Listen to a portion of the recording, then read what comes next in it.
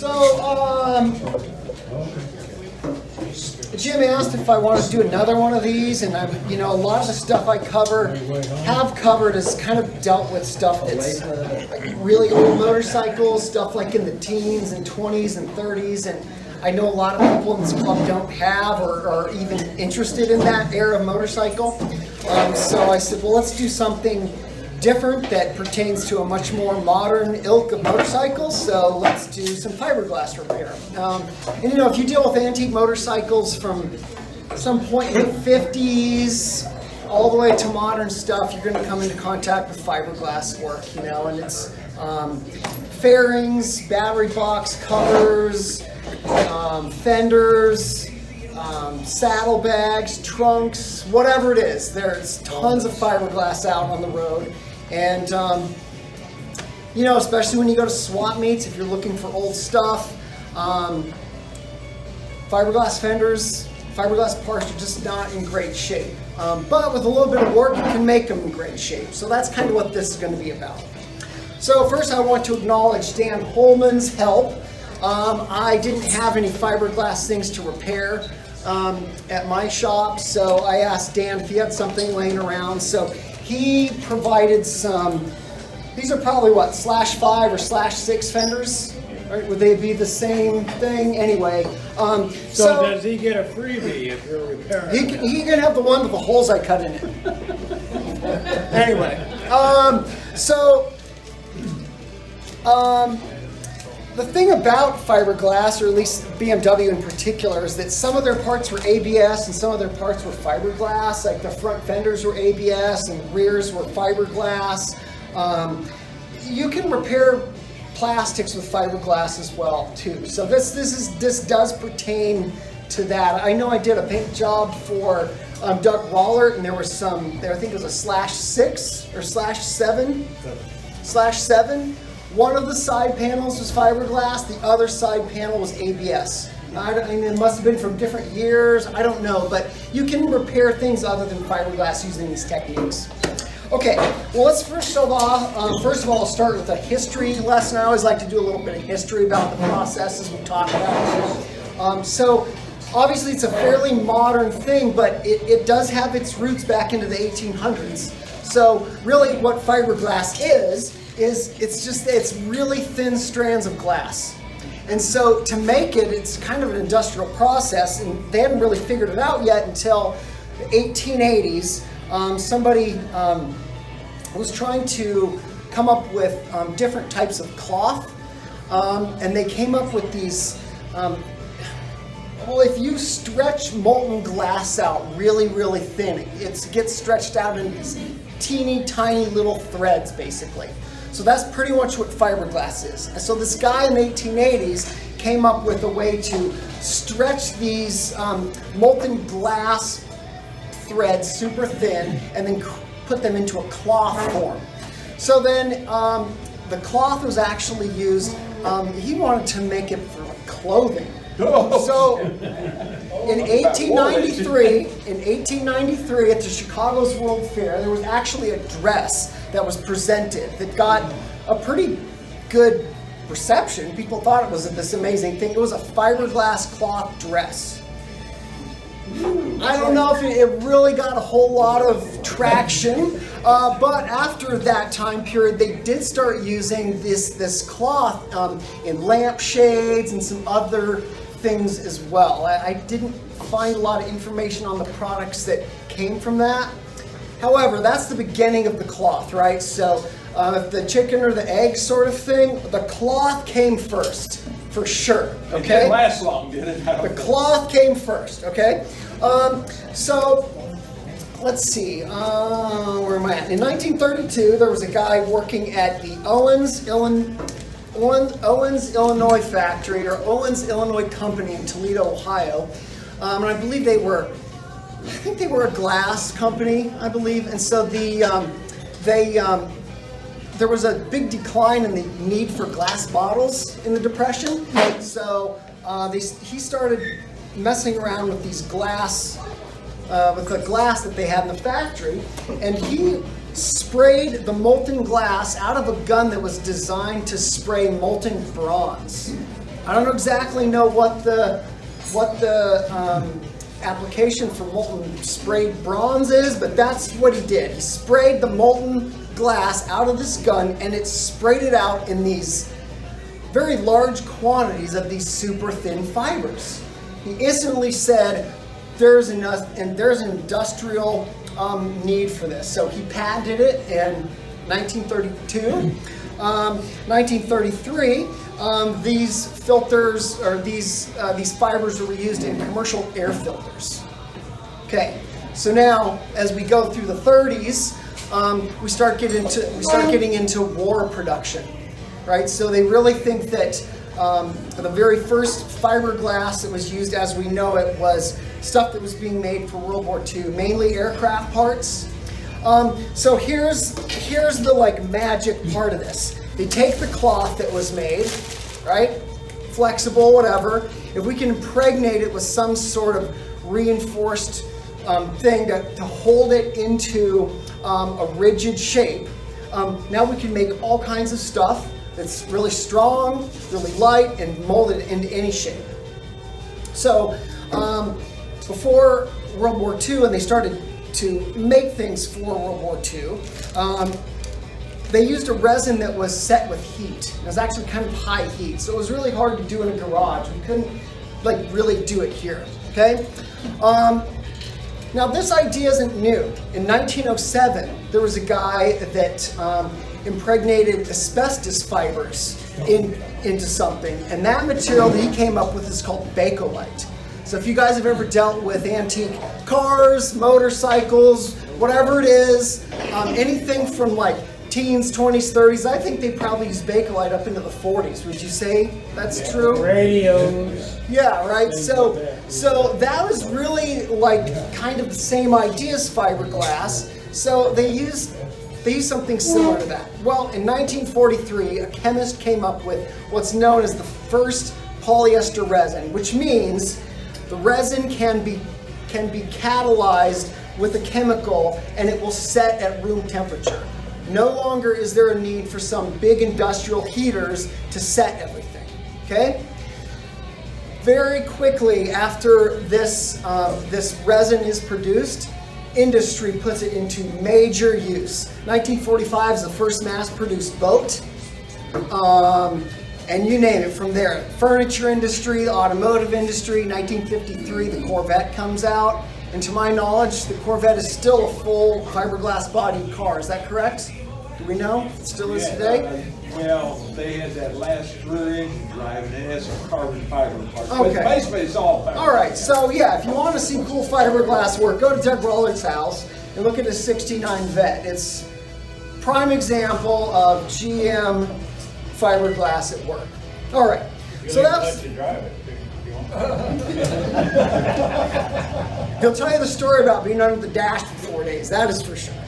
Okay, so let's go into this repair business. So first off, we need to get a little lay of the land on some of the materials that we use. So the fiberglass cloth I was talking about, this is a woven cloth, and I can hand this stuff around. If you don't want to touch it, that's okay too. It's not like it's ground, so the fibers don't fly everywhere at this point. Anyway, this is the woven cloth. It's got a warp and a weft, just like our clothes or a blanket or whatever does. And then there's this fiberglass mat, which is these strands oriented very randomly. So these are the two different types of materials that you really see out there. The ones that I prefer to use is the chopped mat.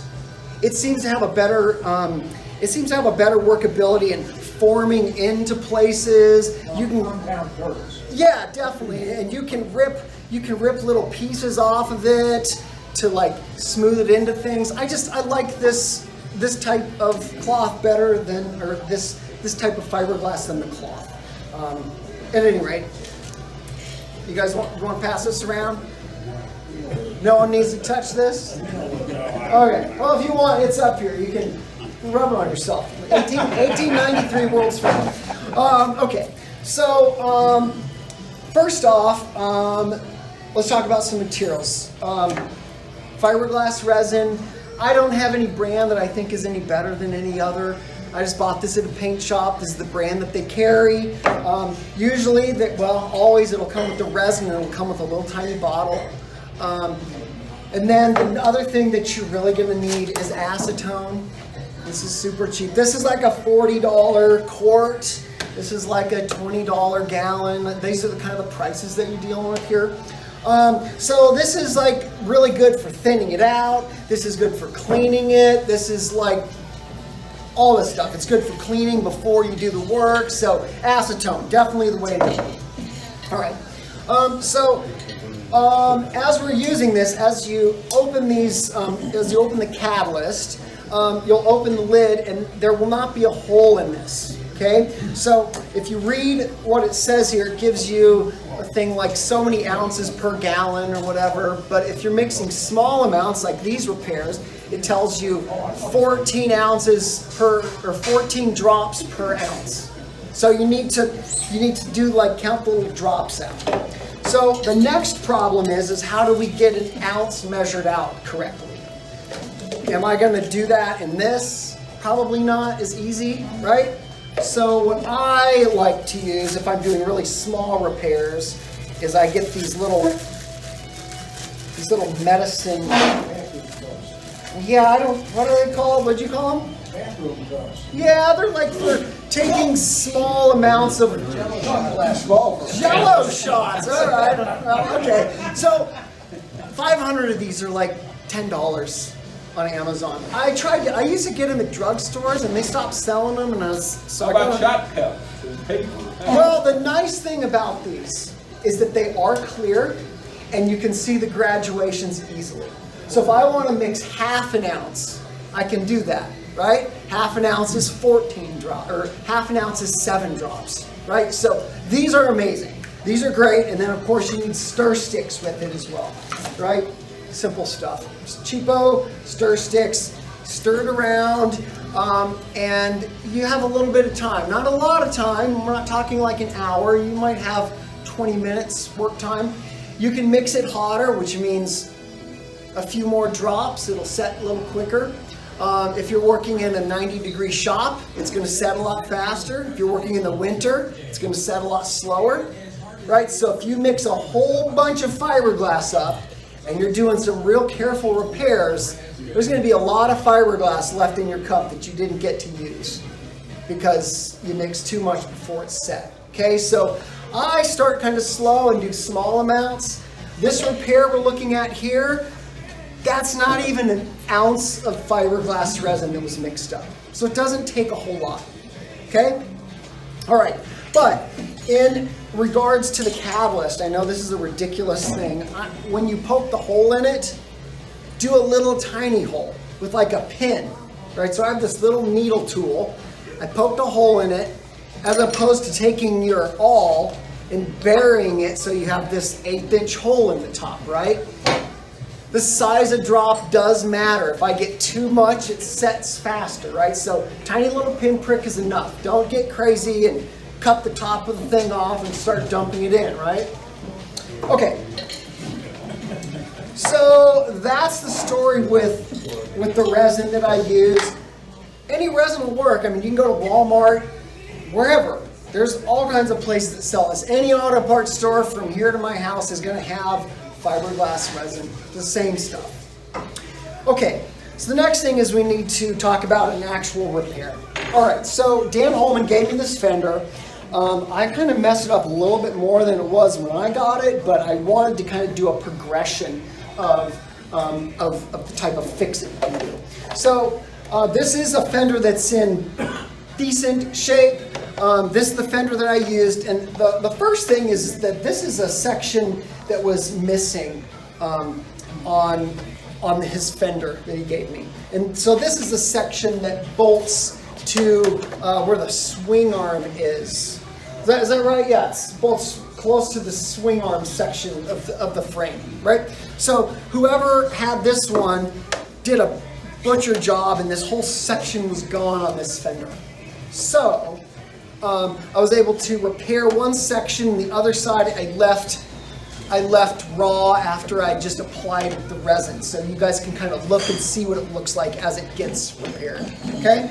All right, so here's the progression. All right, so this is, I know that these are nice clean holes, but you know, just for a progression, I just cut holes with a hole saw.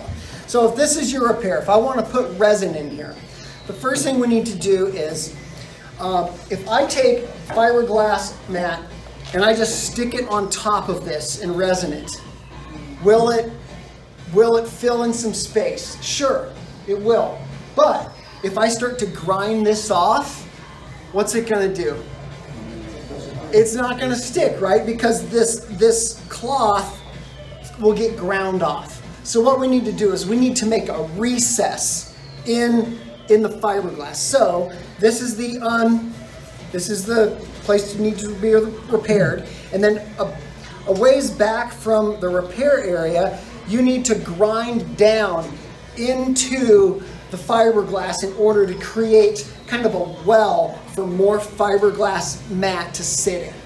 Okay, so that's what I did. I went and I ground all the way around here, and the way I did that is I just have one of these little angle grinder things. You can go and grind with a grinder.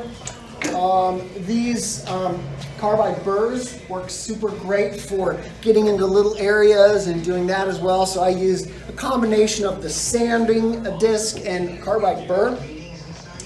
The other thing that I also did on this is I made a little bit of a chamfer on the back side as well.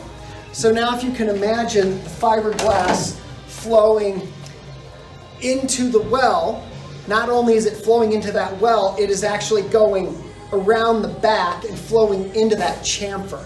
So now I've mechanically captured the resin and the cloth in the fender in this case, right? So it's good to kind of try to get both sides done. So the next thing we need to do is kind of create a form. Now this is a simple one in the fact that it's not a huge area. So what I like to do is I get a piece of wax paper. I cut it a little bit larger than the size of my repair. And then on the back side, I take some masking tape. It doesn't have to be the $20 roll painter tape. It can be the junky stuff. But anyway, so then I tape on a piece of wax paper on the back side of the repair. Okay, so this basically creates a place for the cloth to sit while I'm applying resin. Okay, so the next thing we need to do is start to cut our mat into the right size. So I take a pair of scissors, and I got a little round piece that goes down in there. That basically creates the missing section. And now when I apply resin to that, it'll be flat on the back side, right? So then, at this point, you don't really need to apply resin yet. What I would do is I'd probably come back here and I use some magic marker to kind of marked on the hole what it would look like. And then you can come back with some scissors and cut it so it fits just inside that well. Okay, so now you get the first couple layers sitting there. Mix up your fiberglass resin, and you take your chip brush. These are like 99-cent junky brushes that you're never ever gonna clean. They're wasters. You mix up your resin, and then you take this and you dab it on. The brushing thing, not so good. What happens when you do this brushing sort of move is it starts to pick the mat up and it starts to move it. What we want to do is just dab it into place. And you can even pour some resin on and then dab it, however you want to do it, okay? So on this particular repair, I probably have 3 or 4 layers of mat in this particular repair. For me, I like going a little bit over, a little higher than I need to, and then I can grind off and sand as opposed to coming back and doing multiple rounds of resin.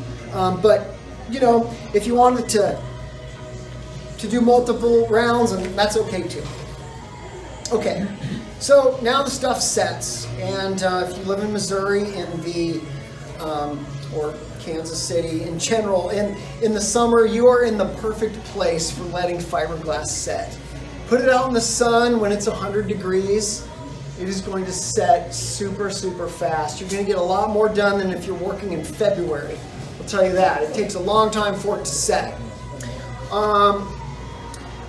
So when you're done with adding all this up, and I do have a couple tools that are worth mentioning.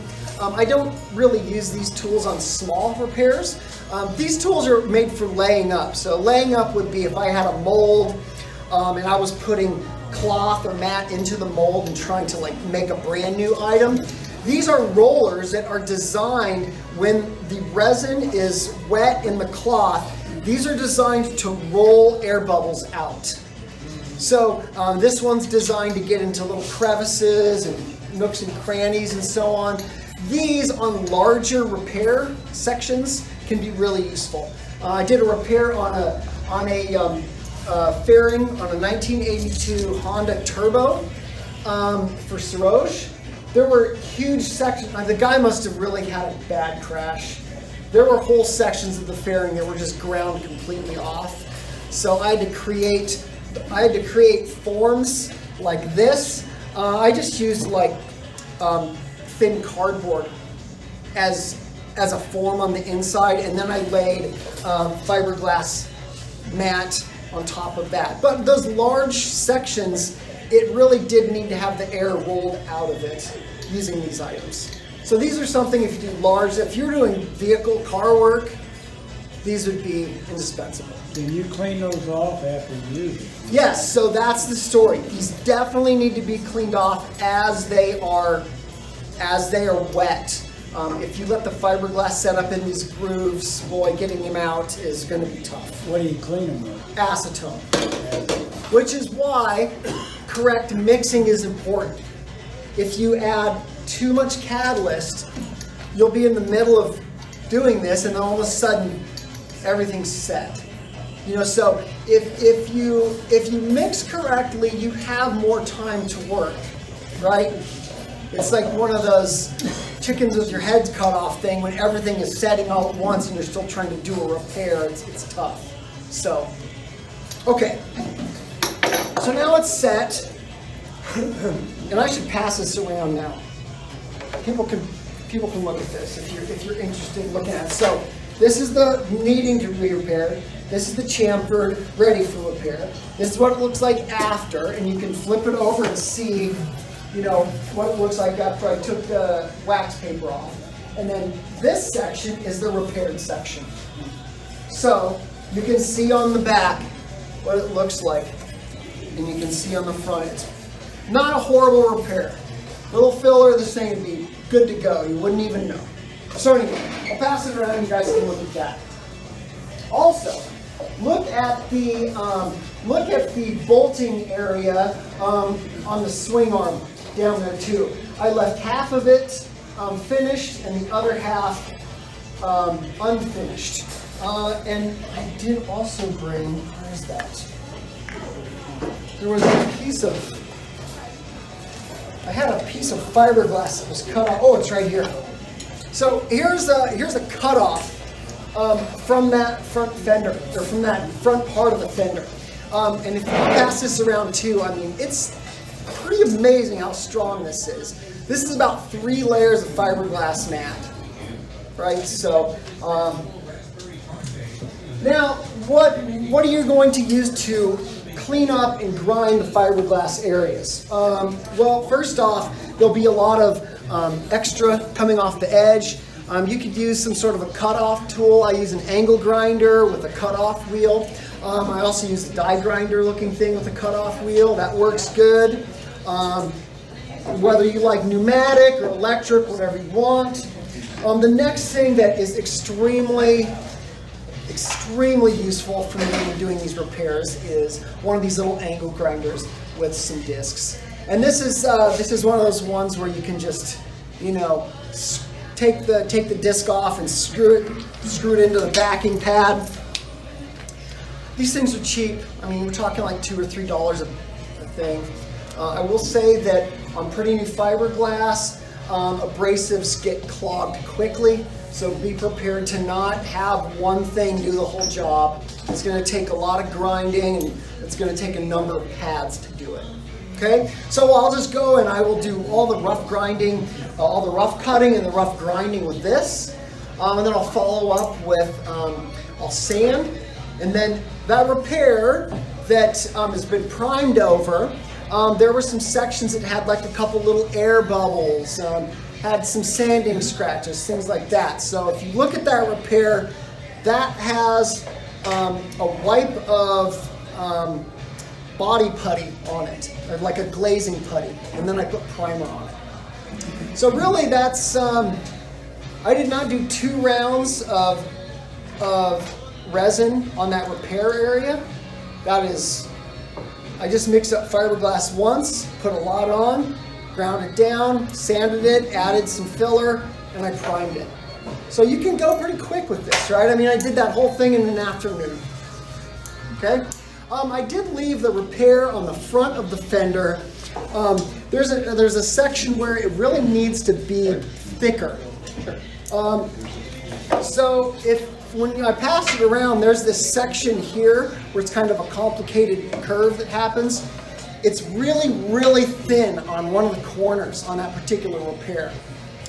If you run into those sorts of things, it's super simple for you to just take more fiberglass cloth and resin and just keep filling that area up until you get to the right thickness. It's always easy to grind it away as opposed to having it too thin, right? So, you know, sometimes it's not about like, was I a really skilled repairman? No, it's just that I put enough on, right? It takes a little longer to clean up, but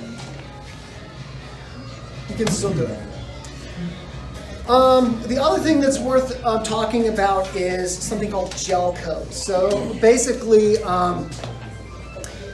what gel coat is when they make these things in molds, they will put in, they put a colored resin, a really thin coating of colored resin in the mold before they start to lay the cloth into the mold. And so if you buy fiberglass parts that have, you know, that are kind of like already colored, a particular color, like a lot of them are white, you know, replacement parts are a white gel coat. That's what that is, okay? So if you want to fix gel coat, that's a whole other story. I'm not versed in repairing gel coat. I'm versed in repairing something like that and then painting it later. But just be aware that some items, if there's a repair that happens, the gel coat may be abraded and you won't necessarily be able to fix that as well. So there'll have to be a paint job done afterwards. So, yeah. So, do you ever have cracks like crazy in the gel coat? And if so, what do you do to keep them from reoccurring after you paint the side cover? Yeah, okay, so the question was, do you see cracks in the gel coat? And for sure. So, you know, that gel coat will start to, I mean, it looks like it's a pretty, it looks like a dry desert lake bed. That's what the cracks can start to look like. So in those cases, I have just sanded the gel coat pretty aggressively, and then I just use a high build primer over the top of it and hope for the best.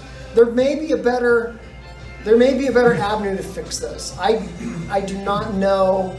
I don't know that, and I don't know the track record of some of that stuff I fixed.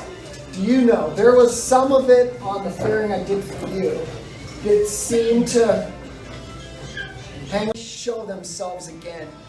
Probably the best way would be to get most of the gel coat off, most likely. I mean, that'd be tough. It's tough, but you know. Have you ever used the UV activated fiberglass patches? I have not. I have not. That's technology I'm not familiar with. The last time I actually did it was 50 years ago. Huh. It's nice that you can buy a package and open it and throw away what you don't need and not have the acetone, the catalyst, and that worry. It's true. This stuff, you know, if you don't use a lot of this stuff, I mean, you gotta buy all this junk and it's not good for you, and you know, don't do this without gloves and long sleeves and no respirator. I mean, this stuff will mess you up. Yeah, Jim? I have basically two questions. The tools aside, how much money do you have, say, in just the material? In the materials to fix that fender there? Right. Well, let's see. I had to buy a new quart of fiberglass or polyester resin, so that's like, I might have $50 or $60 in that repair. That's not too bad. But you only use 4%. Not even that. Yeah. Not So even you that. got I mean, plenty. like the tiniest amount. So I could repair a lot of fenders with this. This stuff, I wouldn't say that it has a short shelf life. I'm probably not going to use 30-year-old resin, but I've used resin that's 4, 5, 6, 7 years old. It works fine.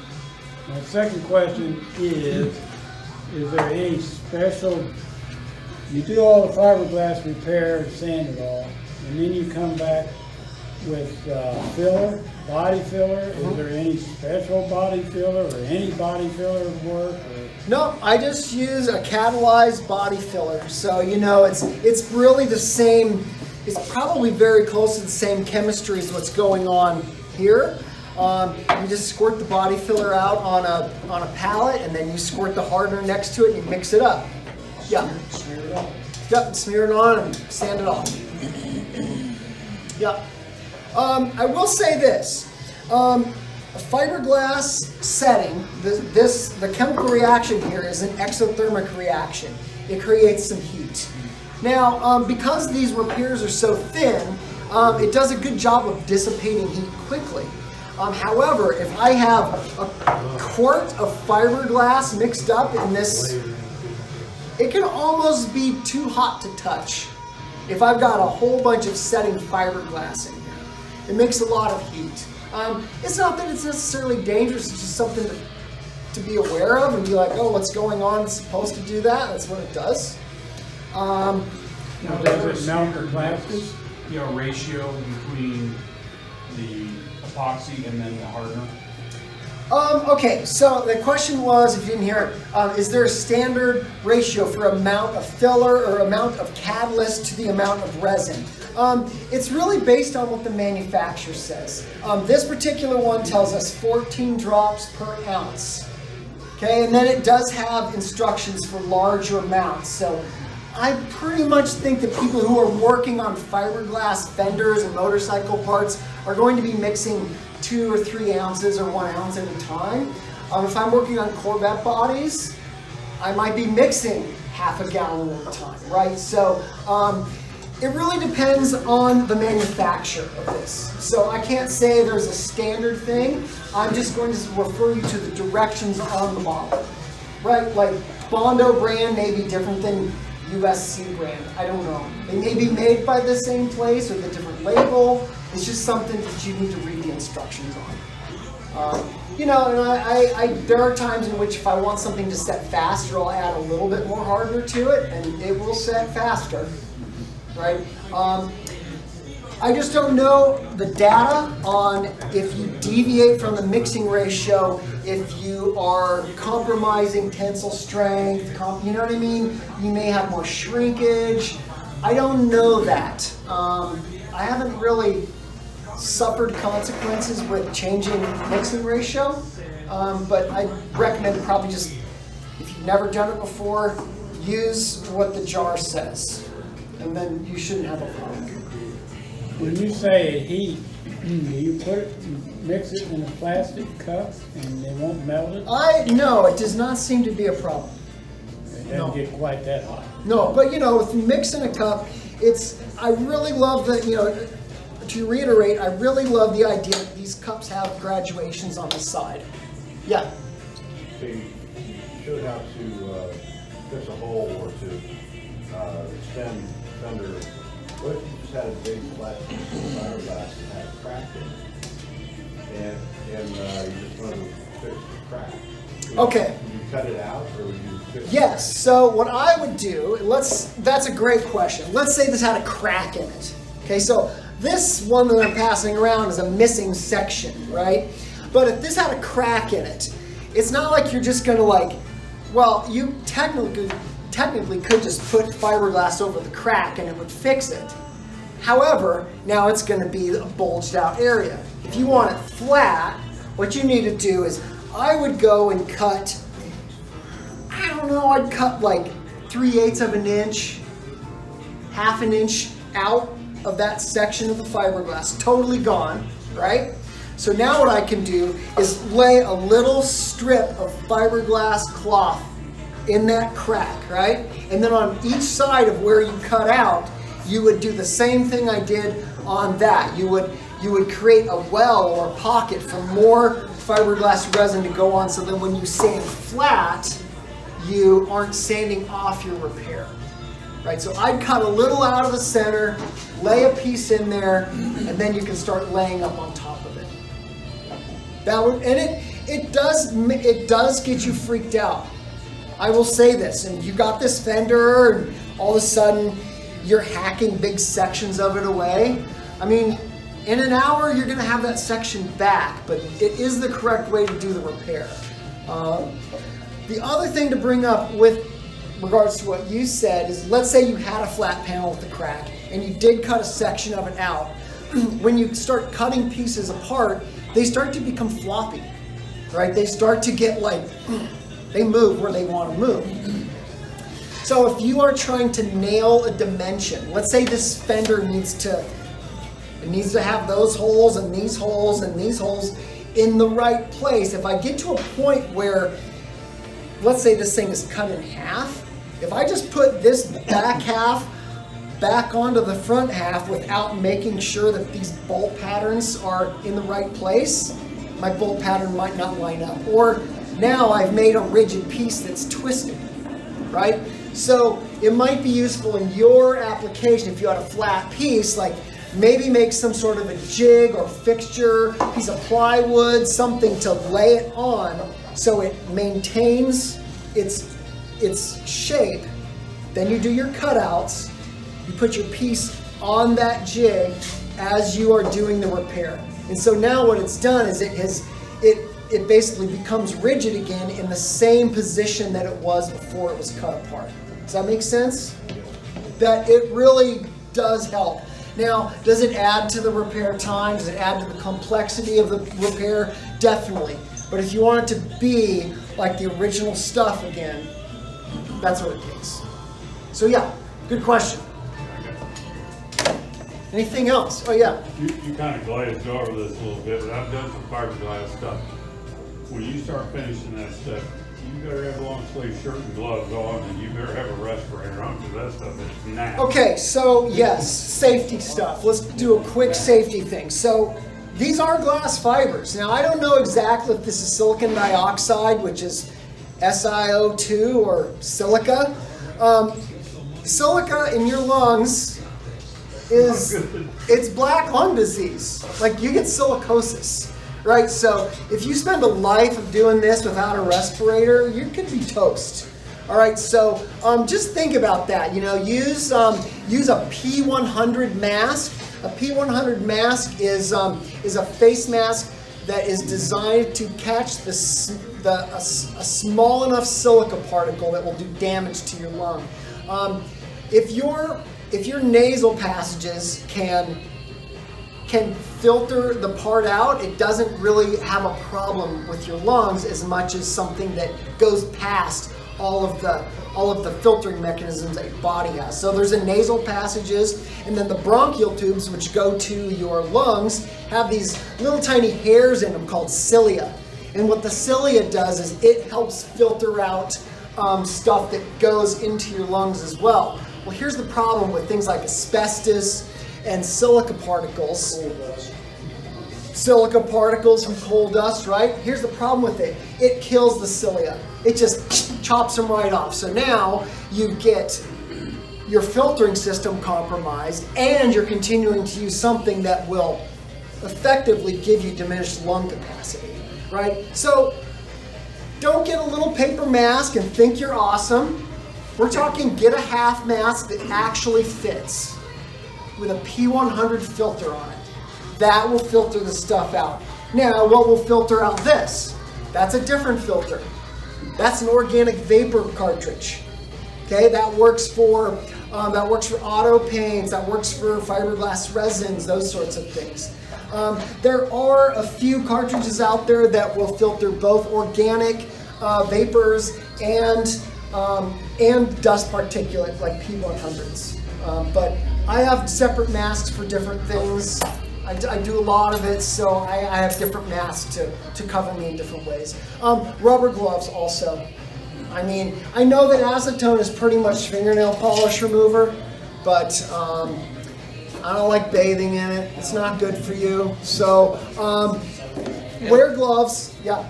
It'll take the paint right off your gas tank too if you get it on your bike.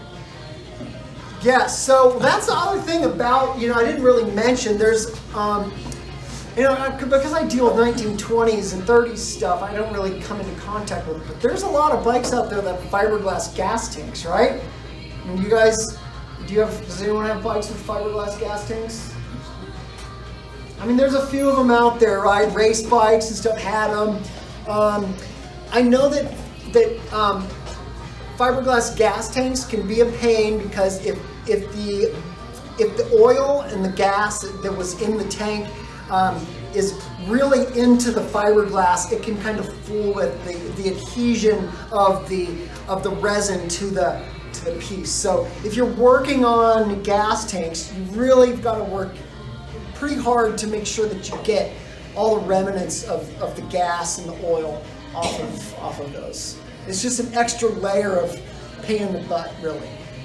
But When yeah. they start putting ethanol in gas in those gas tanks, they just turn them up.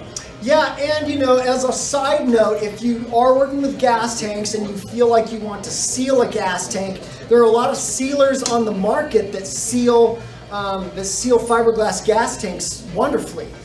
However, some of the prep materials that those gas tank sealer companies send with sealers are really detrimental to fiberglass. Like they eat it alive. So read the instructions. I know that I have used Caswell's as an example. It's an epoxy liner.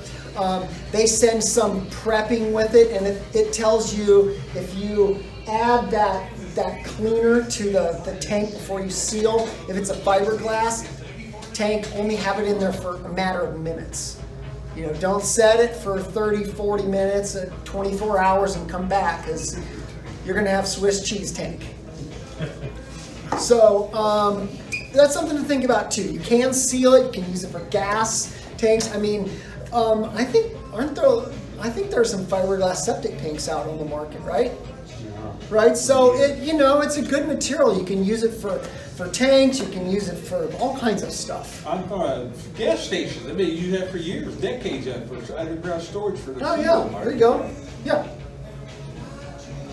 All right, so the other repair, we talked about cracks, we talked about missing sections. The other repair that is super common is just a hole, right? So like this hole, these holes are not supposed to be here.